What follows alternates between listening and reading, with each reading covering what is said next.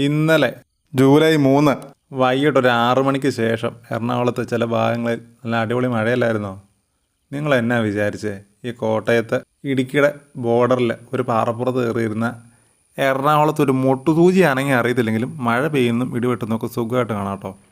കണ്ട ഈ കാണുന്നതാണ് എറണാകുളം. എറണാകുളത്തിൻ്റെ ഏത് ഭാഗമാണ് നിങ്ങൾ മനസ്സിലാവുന്നൊരു കമൻറ്റ് ചെയ്യുക. ഈ 2 ടവർ കണ്ടോ? കാണാൻ പറ്റുന്നുണ്ടോ? 2 ടവർ. അതുപോലെ തന്നെ ഇപ്പുറത്തുണ്ടോ റിഫൈനറി പോലെ. റിഫൈനറി ആണെന്നാണ് നമ്മുടെ നാട്ടിലെ ഒരു കരക്കമ്പിയതാണ്. ആ കാണുന്ന കൊച്ചിയിലെ റിഫൈനറി ആണെന്നാണ്. ഈ റിഫൈനറി മുകളിലോട്ട് വന്നിട്ട് കുഴലിൻ്റെ അകത്തോട്ട് തീ കത്തുന്നൊക്കെ ഇല്ലേ, അതൊക്കെ ഇവിടെ നിന്ന് കാണാം. കാക്കനാട് ഏരിയ ആണോ അതേ വൈപ്പിൻ ഏരിയ ആണോ ഏതാണെന്ന് അറിയത്തില്ല.